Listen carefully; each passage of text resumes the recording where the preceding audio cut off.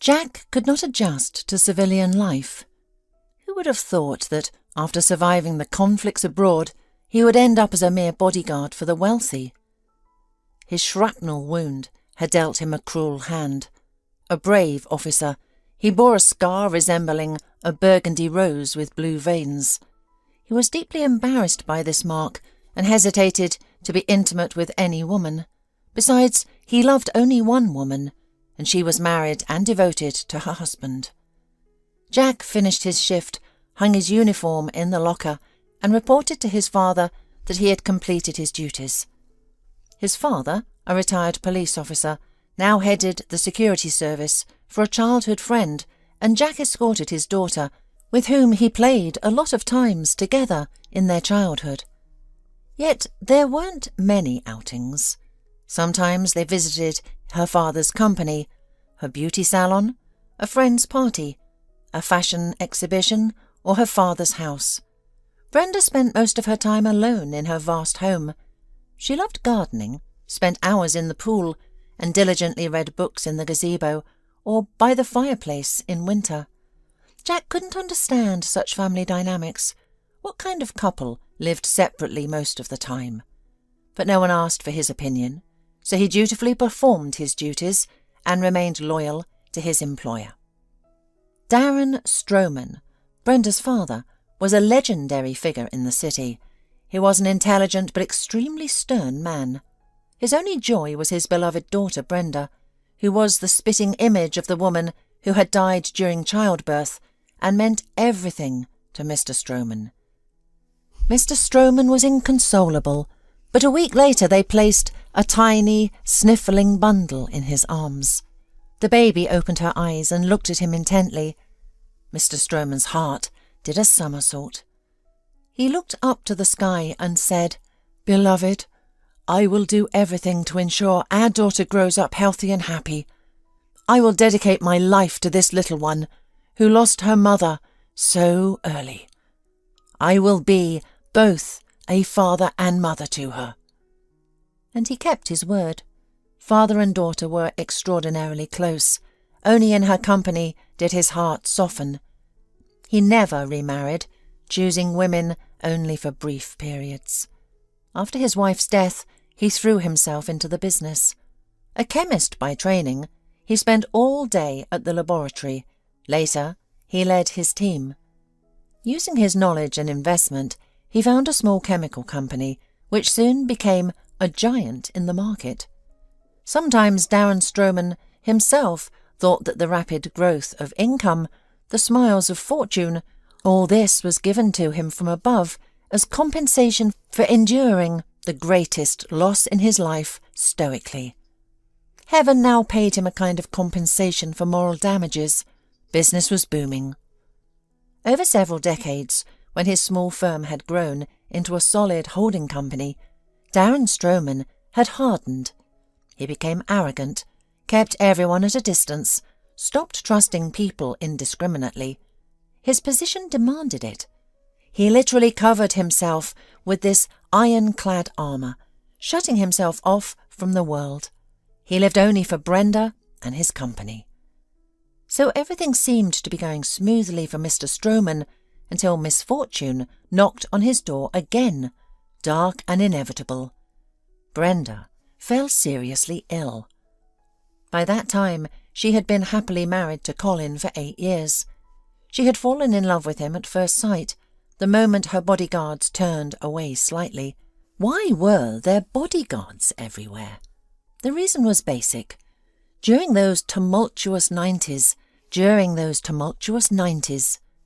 Stroman refused to give in to the demands of a criminal gang.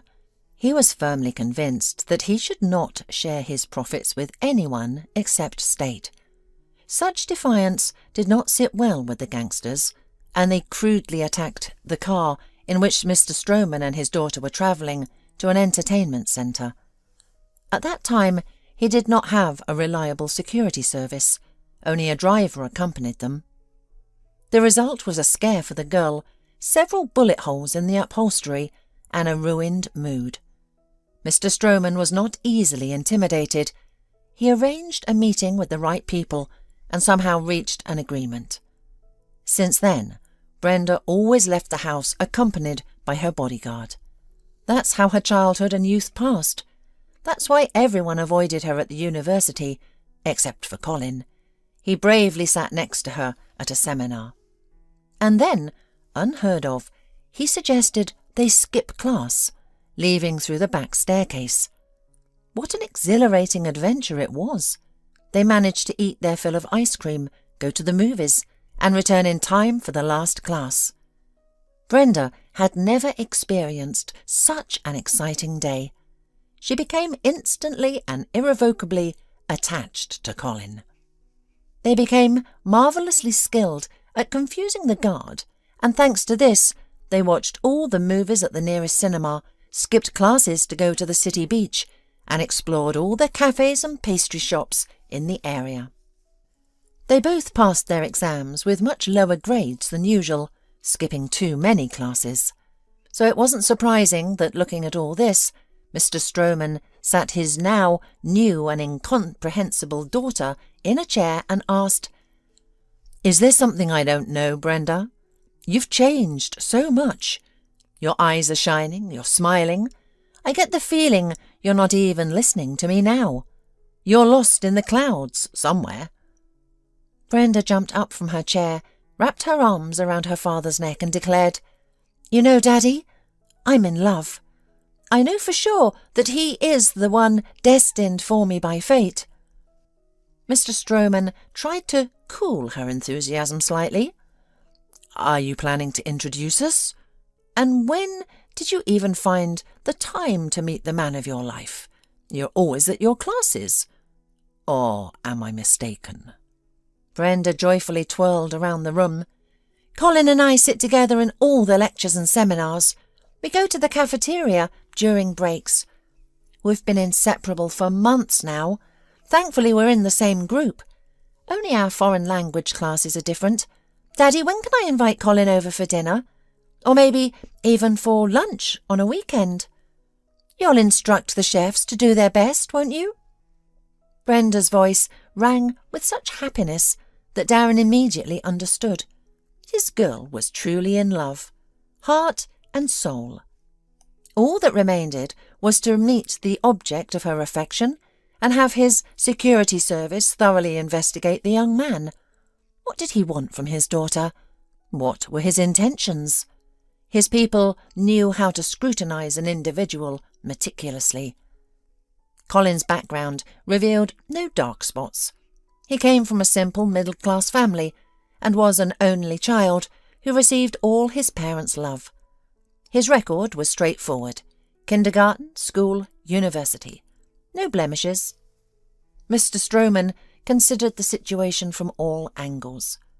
The young man seemed decent, and Brenda was head over heels in love with him. Let them submit their application to the registry office, since Colin kept hinting at marriage to his beloved. Even Colin's visit to their home did not change Mr. Stroman's opinion.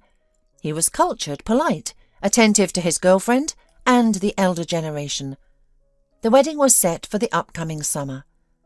As a wedding gift, the man gave the young couple a beautiful house with a plot of land.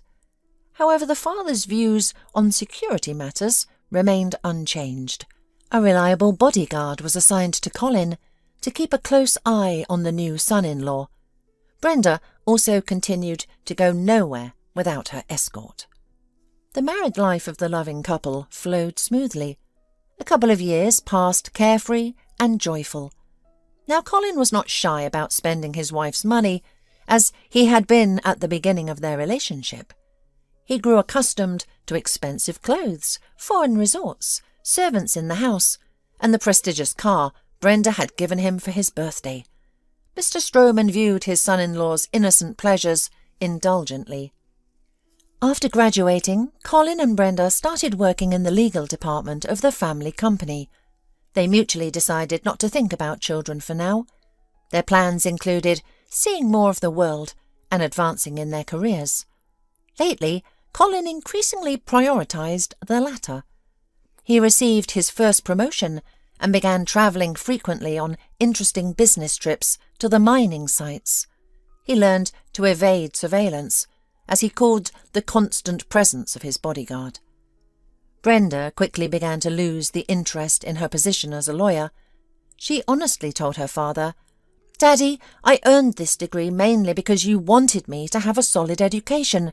Please forgive me, but this is not my calling. I am a creative person by nature, and I'm drawn to literature, or more precisely journalism." Mr. Stroman was enthusiastic. "Do you want to get another education, Brenda? I see no obstacles. Let's find out tomorrow what documents are required." But the young woman shook her head. "I want to give Colin a child, so that part of him is always with me while he's away on his business trips." "Does his work schedule bother you?" her father immediately asked. "That can easily be adjusted. I'll give the appropriate orders right away." "No, Daddy, don't. There's no need to clip his wings. Colin loves being at the centre of events, solving legal puzzles. I've already found a solution for my plans. With your permission, I'd like to leave the legal department and start writing, working from home remotely. Is that possible?" "For my daughter, anything is possible in the company, despite my strictness with employees. Proceed with your plans." After this conversation, Brenda happily settled at home, dividing her time between her luxurious garden flowers and writing articles. Colin, now less frequently present in these walls, usually found his wife in a state of euphoria, able to rejoice in small victories, even if it was just a charming bush with tiny blue roses. They began to drift apart almost imperceptibly. Conversations over dinner became scarce, and they no longer rushed to the bedroom. Even the once endlessly lovesick Brenda was not bothered by this fact.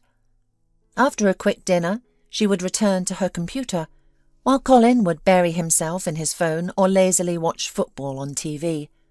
Their rare attempts to conceive a child continued to fail. A year passed, and then another. Brenda began to wonder. She had been together with Colin for 6 years, but they now resembled close friends more than the passionate lovers they once were.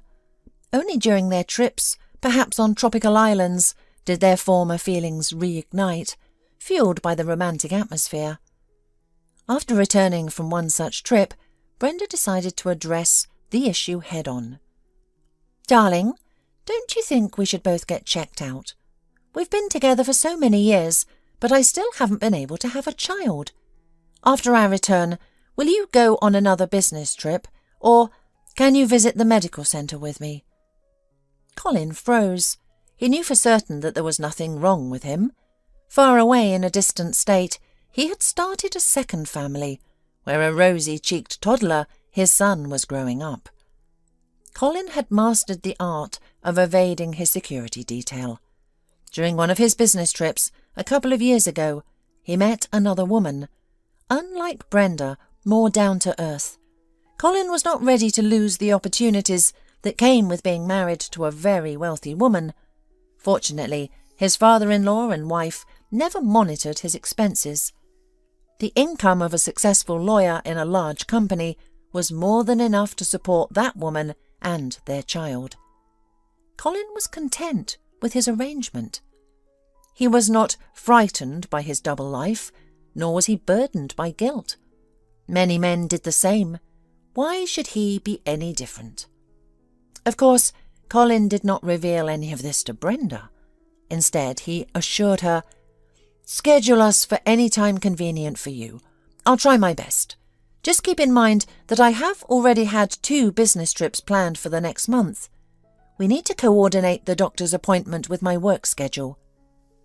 The examination at the clinic was a shock for Brenda and Mr. Stroman. The doctors unanimously agreed that the young woman showed all the signs of rapidly progressing renal failure. Her electrolyte and nitrogen metabolism were disrupted. They were astonished that Brenda felt no symptoms. She honestly tried to recall anything that might indicate illness, but all she could remember were 3 days on a tropical island when she felt chilled despite the heat. She had a fever and felt unwell. The medical facility suggested that she might have contracted a hemorrhagic fever and not realised it. The virus had taken hold in her body, causing damage to her blood vessels and gaining strength and momentum. Brenda was admitted to the clinic, to the intensive care unit. Mr. Stroman assured the doctors that he was willing to spare no expense. As for Colin, he did not go on his business trips, leaving his wife to doctors' care. And there was constant bustle and activity around Brenda, and the course of treatment seemed to take effect. The doctors were confident that they had diagnosed the condition in time and had fully suppressed the infection. Brenda was discharged from the clinic, seemingly healthy, according to all the tests, but somehow different, barely resembling her former self. However, the evil fate was relentless, but Brenda did not know it yet. Jack knew nothing of these misfortunes related to Brenda's illness. After retiring from military service, he first had to recover from his injury, then struggled to find work, and finally ended up as Brenda's bodyguard. To his shock, he found a sickly, withdrawn creature instead of the woman he had loved since childhood. Her husband, Colin, was always away on business trips. Her father often visited, but did not stay overnight, and Brenda was left alone in the large house with the maid and cook. Jack suffered, unable to bear seeing Brenda waste away, battling constant nausea and pain. He was aware that now she did not remember their brief shared childhood. It was the time when her father was not yet so wealthy. His father was just graduating from police college, and their families were just good neighbours. Little Jack would look at the girl with huge blue eyes, and even then he knew that he always had to protect her from all the evils of life, to be her knight. When Jack's father finished police college, his first assignment was to a town near their city, so the bond between the two friends, his and Brenda's fathers, continued. For young Jack, there was no greater joy than waiting for Brenda's visit. After enjoying his mother's pies and taking a plate of new sweets and apples, the pair of friends would go to Jack's room to play. Those were the most magical moments. Brenda, already an excellent reader, would flip through books of fairy tales, and they would munch on apples and chocolate treats together. Even then, Mr. Stroman was starting to earn good money. When visiting them, he would bring bags full of rare delicacies. Perhaps no magical era can last forever. Jack's father, along with the rank of senior lieutenant, received a new assignment to a promising position in distant lands. The two close families were forced to part ways for many years. Jack was devastated by such injustice. His first love remained in their homeland, while he was leaving for the unknown. Although later there were occasional mutual winter or summer vacations, brief visits to Mr. Stroman's house, when Brenda's father would instruct the bodyguards to accompany the two teenagers to the circus, cinema or park.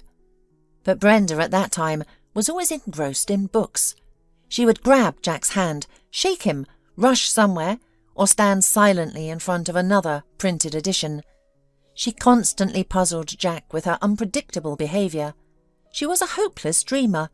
Sometimes she would completely forget that she was not alone in the park, and Jack loved this awkward girl, with thin shoulders and the same impossible blue eyes as in childhood.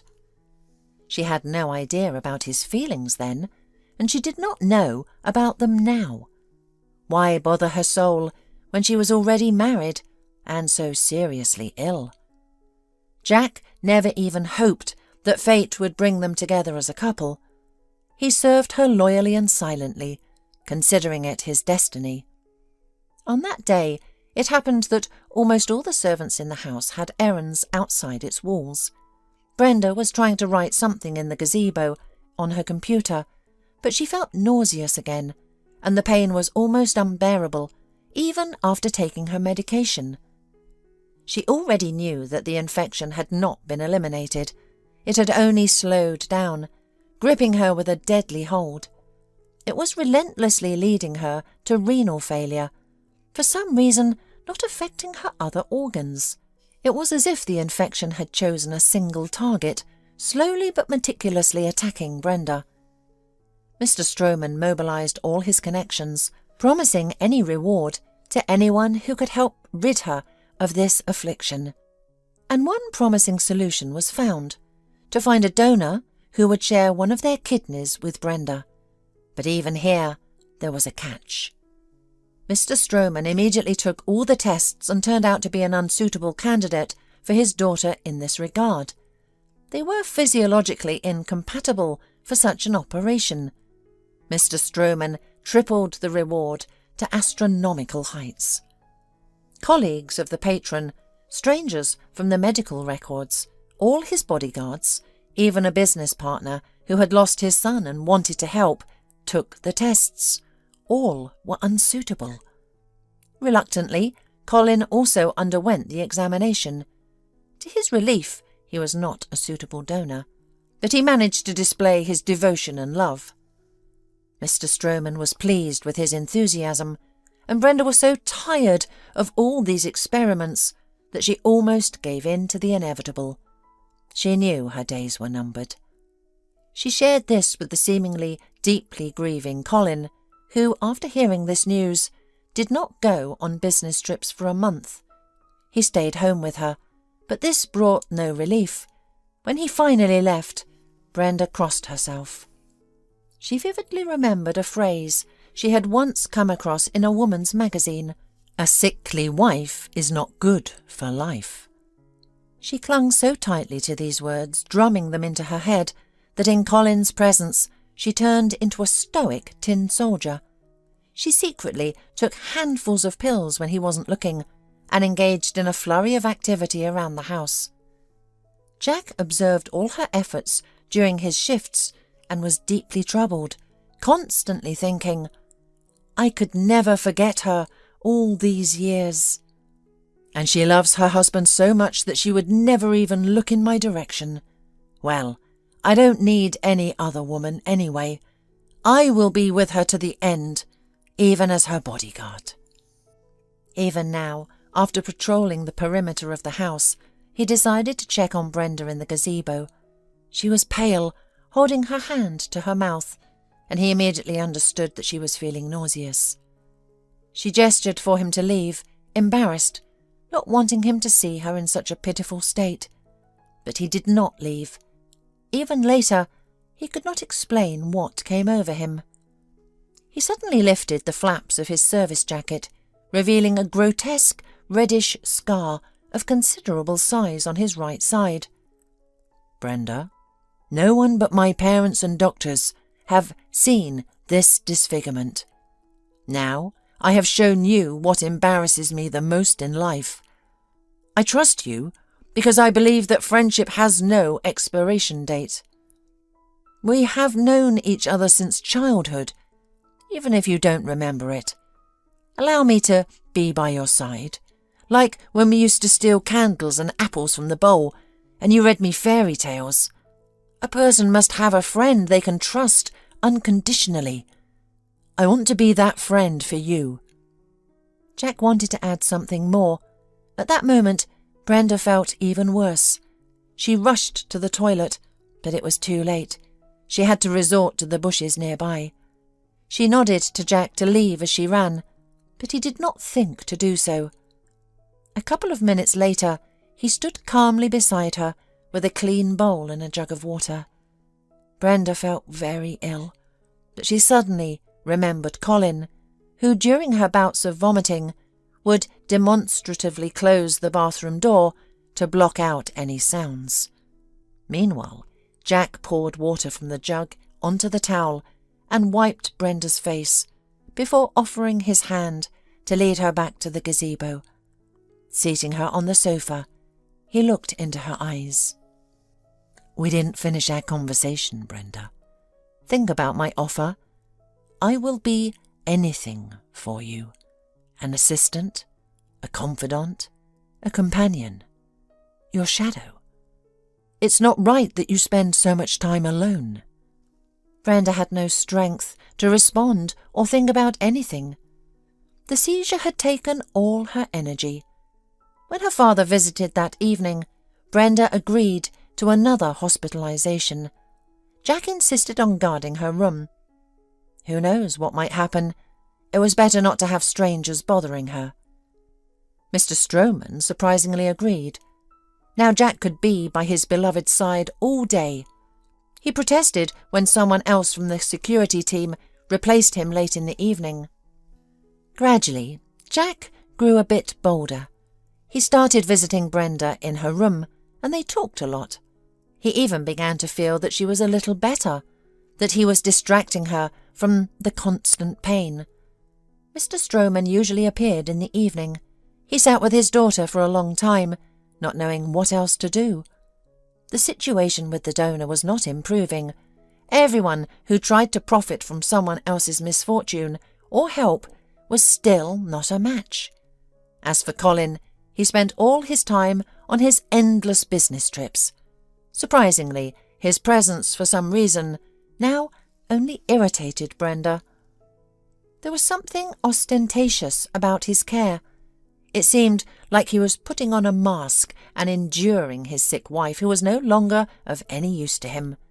Though Mr. Stroman had arranged a hospital room for his daughter, that was far from resembling a typical ward. The setting was luxurious, with functional furniture chosen for comfort. Besides the double bed, there were several soft sofas and armchairs, a spacious bathroom with a tropical shower, a jacuzzi, and rows of elite cosmetics. A television occupied almost an entire wall. There was a workspace if Brenda wanted to write something. The refrigerator was stocked with the freshest products. Vases with live flowers, replaced daily with new bouquets, were everywhere. Mr. Stroman stroked Brenda's hand, where an IV needle was inserted, and thought painfully, this horrible feeling of helplessness when you can give your loved one almost anything, but it still won't save them. What else could he do? Watch as the most precious thing in the world slips away? Leaves him, as his beloved wife once did. One more second, and he would burst into tears, wail aloud. He couldn't let Brenda see him like that. He kept telling her that she would recover, that soon someone would give her life for many more years. But after every visit to a sick Brenda, Mr. Stroman felt like a deeply old man, someone to whom everything was utterly indifferent. After his leaving, Brenda said to Jack, "Dad has completely given up. I can't bear to see it. He can't accept what's happening. He's afraid for me, doesn't want to face reality." Peeling an orange for Brenda, Jack turned to her. "I don't like to be hypocritical or lie, Brenda. Your situation is truly terrible. Now, I'll tell you something. Promise you won't be angry with me for my boldness. I had a dream. You, me, and a little girl. The dream was fantastically vivid. We were all riding a carousel in an amusement park. Then, for some reason, we were eating hot dogs in a cafe, joking and laughing. That girl was your exact copy. I'm not a psychic, not a fortune teller, but it was after this dream that I understood a miracle will happen. Ours, together. You will recover. We will be together. We will have a daughter, just as beautiful as you." Brenda smiled weakly for the first time in many days. "And what about the small detail named Colin? Shall we send him to the scrapyard?" Jack couldn't believe his ears. Brenda was joking so boldly about her husband. It was impossible. A loving man can be weak and unrestrained. So Jack took Brenda's words as some form of encouragement. In 2 quick steps, he was by the sofa where the young woman sat and pressed his lips to hers. Brenda did not chase him away, but merely noted, "Your lips smell like oranges. Were you peeling the tropical fruit or eating it?" Jack exhaled, afraid that Brenda would be furious at his actions, and explained, I tried one slice to make sure the orange wasn't too sour for you. I have to protect you from everything." Outside, dusk was falling. Brenda suddenly grew sad. "You'll have to leave for your shift soon. I'll be alone again. Tomorrow Colin is coming. He promised to visit. It's so strange. I don't want to see him at all. He belongs to my past life, and you are here with me in this horrible real one. The world changes, sometimes unexpectedly." Jack looked at Brenda with hope. "I can call my colleague right now, make something up and stay. I'll be the guard at your door." Brenda smiled weakly again. "All right, but only on one condition. I have nothing left to lose. Will you come to me tonight and warm me?" Jack thought he must be dreaming. To be with her? With Brenda? It couldn't be true. Aloud he said, "I'd follow you into fire or water, Brenda." Jack wondered about the reason behind Brenda's proposal. There was something desperate about it, driven by an unnatural desire, something entirely different, and he wanted to know what it was. Jack's partner agreed to cover his shift without complaint, even glad he didn't have to travel across the city. Jack could have gone to Brenda's ward immediately, but he delayed the moment. He took a long shower, then he shaved meticulously, returned to his chair outside Brenda's door, but still hesitated to enter. He might have stayed there for a long time, but then Brenda peeked out the door and asked calmly, "Have you changed your mind? I'll understand if you have. I'm not much of an object of male attention right now. Just tell me straight, I won't be offended." And Jack stepped forward, entering the warm, orange-scented room. Behind him, he left his post at the door, and years of thoughts about Brenda. He could never have dreamed he would be so close to her. He still couldn't believe the reality of what was happening. Then came their night, memorable to both for its endless tenderness and warmth. Jack was with the woman who meant more to him than life itself. Brenda experienced how a man who would do anything for her could love. Early in the morning they finally fell asleep. Their secret was saved only by Jack's incredibly keen hearing and his ability to leap into action in seconds under extreme conditions. "Brenda dear, it's me, your husband. Why did you lock yourself in? I came straight from the airport to see you," they heard behind the door. Jack gently roused his beloved and nodded toward the door, where Colin continued to knock. Brenda calmly pointed to the large wardrobe, where Jack could hide. He felt uncomfortable in this situation, but there was nothing he could do. He couldn't put Brenda in an awkward position. Meanwhile, Brenda slowly got up and, tiptoeing to the door, opened it. "Colin, I'm sorry. I feel so terrible. I don't think I have much time left. I could barely get up to open the door for you. I closed it so no one would bother me. And I didn't expect you so early. I haven't even freshened up." Colin kissed her cheek dryly and frowned. "Go lie down. You should get some more sleep. You don't look well. I'll sit quietly in the chair and go through some papers." Brenda obeyed, lying back down on the bed and pulling the blanket up to her chin. The room fell silent, interrupted only by the occasional rustle of papers that Colin was handling. Half an hour passed like this. Jack, in the wardrobe, tried to stay almost motionless and keeping his cell phone in his hands. Then suddenly, Colin rose from his seat with a smirk and approached Brenda's bed, leaning over the sleeping woman. Jack couldn't explain why he pressed the record button on his phone screen. He had a feeling that something significant, important for his beloved, was about to happen. Meanwhile, Colin, clearly and intelligibly, whispered in a rustling whisper, "You're asleep again. How tired I am of you, my dear. I could even say you disgust me. I've been hiding behind your father's back, cloaking myself in his prosperity. I specifically pursued you in university, knowing your father was a wealthy man. Now I can shed these shackles. I've been offered a job in a town where my real, genuine family lives. There my beloved son is growing up, and my true love awaits me. You won't live much longer anyway, and I'm tired of keeping up appearances, pretending to fit in to high society, seeking your father's approval. Your heart will stop beating soon. How I've longed for this! How I've dreamed of being rid of you!" Colin didn't get to say anything more. He sprawled on the floor from a powerful blow. People were already rushing down the corridor toward the noise. Something crunched, something shattered in the room. Besides the unconscious Colin's head lay 2 pearly white teeth and a pool of blood spread out.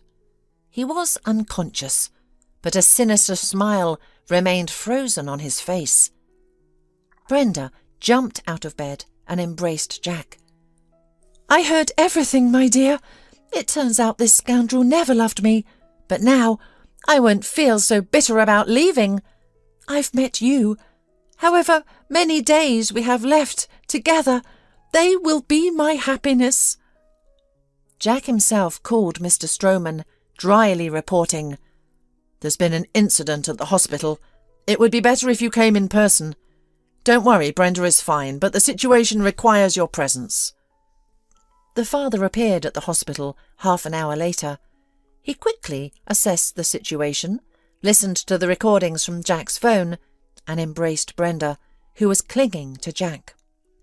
"This scuffle in the clinic will not be made public.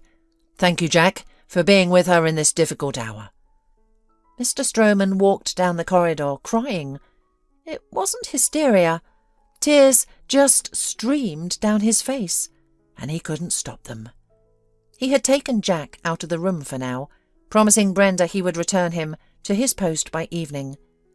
He didn't ask them anything.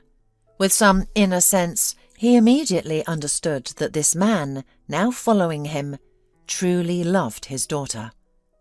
How much time she had wasted on the other one, that worthless man, unworthy of his girl's love. How cruel fate could be. A person finally finds happiness only to have to leave forever. No, he wouldn't allow it. His Brenda would live at any cost, by any miracle. Walter checked his skate laces again and smiled to himself. Who would have thought? A grown man drawn to the ice. It was all because of his rambunctious boys, who had dreamed of joining the hockey section since they were toddlers. Walter and his wife Pat teased their twin boys, calling them the 2 acrobat brothers. The boys were born athletic and coordinated. While other children played in the sandbox, they were always on the playground's mini exercise bars, spinning and twirling like little monkeys. The whole family, Walter, Pat and their twins, lived harmoniously. Walter had a tough childhood and a difficult youth. He wanted his sons to have a better life and know that they had a father who loved them. His mother, a beautiful woman with a boundless need of love, had a constant open door for men. Walter remembered her state as she awaited the arrival of each new suitor. She would order him out of the house. "Walter, go take a walk for a couple of hours. I have some business to attend to." Walter would obediently dress and disappear, wandering aimlessly across the city. At first he spent his time in the library's reading room. Later he joined a basketball section. His mother wasn't an antisocial person. She wasn't cruel or harsh, and he always went to kindergarten and school clean and well-groomed, never hungry. There was always a plate of porridge with butter at home, and the fridge was stocked with vegetables. Nevertheless, they lived impoverished. His mother spent too much on entertaining her lovers, drinking and constant feasts with similarly carefree friends. She was perpetually searching for the man of her life and always looked past her son, as if the shadow of another potential suitor was already looming behind him. Heavily made up, reeking of sweet perfume and stale alcohol. Cheerful, promiscuous, always ready for a good time, as the neighbours in the apartment building whispered about her. She was like a bright star that flashed through his life. She left when he was only 19. She didn't like it when little Walter asked about his father. He only started doing this when he was older, in high school. She would say, "We don't need anything from your father. I never took a penny from him, and I won't start now. I wouldn't have even had you if the doctor at the women's clinic hadn't scared me. You'll have a real father some day. I'll give you a little brother or sister, but only if I'm legally married." Official marriage was her fixation. But who would marry a woman like her? Why bother? There were no barriers. Men could come and go as they pleased, taking advantage of her generosity. His mother's cancer was detected too late. She underwent a few surgeries, but it didn't help. The metastasis continued to spread through her body. All her suitors vanished instantly. Walter took on all the burdens and cared for his mother. He learned to give injections, change dressings, and sense when pain relief was needed. He stayed by her side until her final breath, and in the end his mother's heart wavered. She asked for a piece of paper and a pen. "I want to tell you who your father is. He's a big shot in our country now. I saw his photo in some business journal in the hospital. Write this down. Son, his name is Darren Stroman. Do with this information what you will. Throw away the paper or use it. He's got more money than he knows what to do with. Maybe he won't mind helping you." In response to her confession, Walter only muttered, "I've never gone grovelling to anyone, and I won't start now. I'll succeed on my own." After graduating, Walter found a place in a brigade of workers responsible for the road markings. The men in the brigade were all good people. They welcomed the newcomer like family. Walter quickly mastered the art of taming roads and creating proper road markings. He also tried related jobs, such as installing road signs and repairing traffic lights. His salary was not astronomical, but it was enough to live on. At first he was exhausted from the sheer number of impressions. In the evenings he would buy pizza, satisfy his appetite, and fall asleep to the hum of the television. And so Walter's life might have continued in this vein, but fate decided to intervene. The brigade supervisor's daughter stopped by after classes to drop off the glasses her father had forgotten at home. Walter and Pat only needed to glance at each other once, and that was it. He followed her to the bus stop like a donkey after a carrot to see her off. She immediately wrote her phone number on a scrap of paper for him. Two halves of a whole sometimes meet like that, by chance, on an ordinary day, without even dreaming of such happiness. Sometimes Walter thought that Pat was given to him to make up for everything he had lacked before. She was so kind, warm and loving that she immediately became his whole world. They dated for only a couple of months before submitting their marriage application. Pat transformed his apartment, left in disarray after his mother's escapades, into a cosy home. A minor cosmetic renovation with new wallpaper, cheerful curtains, blankets on the chairs, bedspreads, and tablecloths made all the difference. They both found joy in simple pleasures and delighted in small victories. And when they found out they were expecting, their happiness doubled. They were having twins. Walter and Pat couldn't believe their luck. 2 sons, their beloved little babies. The boys grew up healthy and lively, sometimes mischievous, but that's what kids do. Their desire to play hockey was fully supported. The coach even said they were perfect candidates for the section. Time passed, and life in their loving family flowed smoothly. That day started with an inner restlessness, a sense of anxiety. Walter dropped his sons off at their sports complex and decided to skate a bit at the nearby rink to shake off the negativity. He had always enjoyed sports but never made it his profession. Basketball coaches and fellow swimmers admired his physique, but he saw sports as a way to relax and cope with stress. But today, his training session didn't bring the usual relief. Walter decided to wait for his boys in the fitness bar. He ordered a tea and sat in front of a large plasma screen, displaying ads. His thoughts were scattered. Christmas is coming. I need to get the money from our stash for gifts. Pat has been eyeing those pearl earrings. The boys could use new hockey sticks. I should make their wishes come true. We'll celebrate at home, of course. His thoughts were interrupted by a news anchor announcing that a prominent local man, Darren Stroman, had a message for the viewers. A man who seemed vaguely familiar appeared on the screen. He started speaking. Dear viewers, I am addressing you in a moment of complete despair. My only daughter needs a kidney donor. We haven't been able to find a compatible match, but I haven't lost hope. The reward will be substantial. But for more details, please visit my company's website. The broadcast returned to pre-New Year's ads with skating snowflakes. The world continued preparing for winter wonders, indifferent to the desperate father's plea.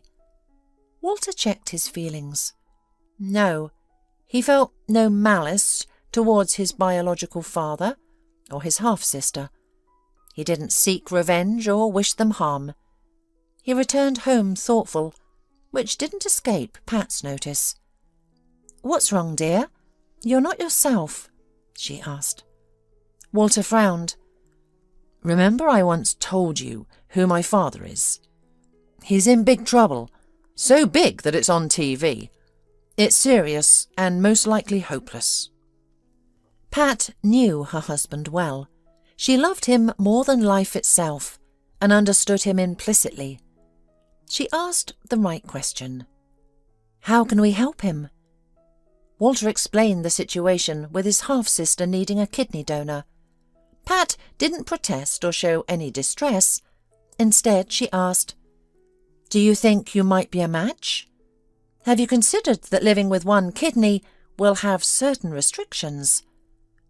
You'd have to give up alcohol, active sports, and your favourite fast food. Walter remained silent, not reacting to her words. You're going to try anyway, aren't you? Pat asked softly.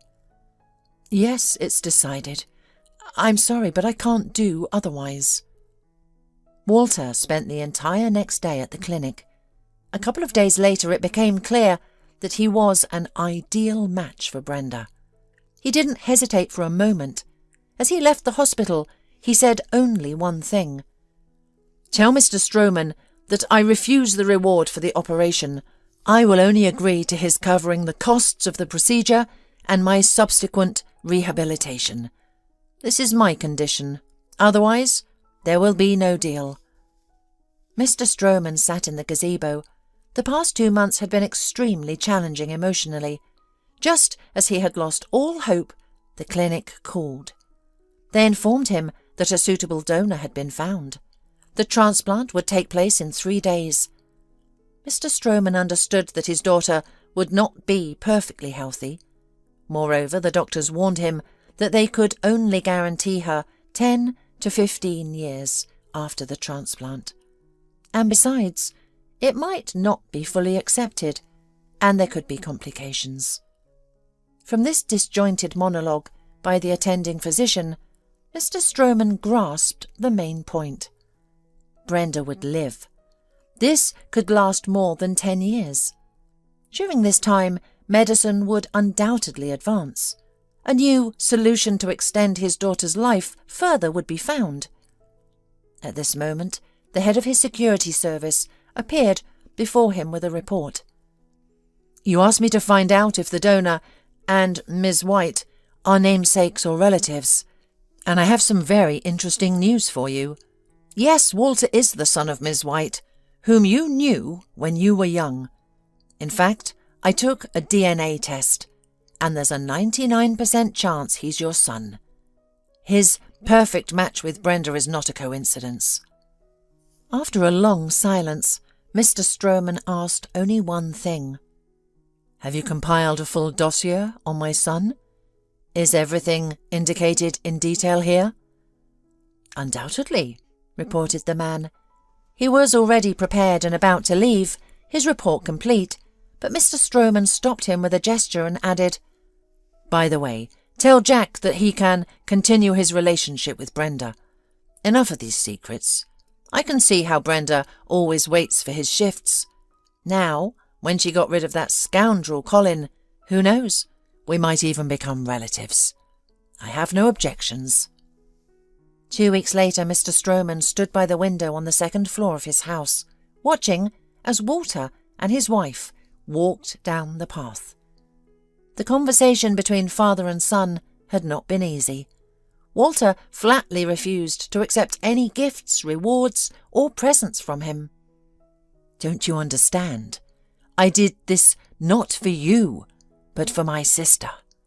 Brenda and I became friends in the clinic and agreed to stay in touch. I'm almost 33, and the plots of tear-jerking melodramas where a father and son find each other after decades and become the closest people, that's not us. It's too late. I helped you not for some riches. I'm used to achieving everything in life on my own, and these principles of mine are unshakable." Mr. Stroman did not try to persuade him. He only shook his head firmly, sincerely thanking him for saving Brenda, and made it clear that their dialogue was over. The next day, sitting in his office at work, he summoned his secretary. "Schedule a meeting with the notary for tomorrow at 3 p.m. I want to change my will." Having given this order, he rubbed his hands contentedly and said to himself, "There will be someone to entrust my business to. Walter has grown into a good person. I am proud. We all make mistakes in life, and I will do everything in my power to correct it."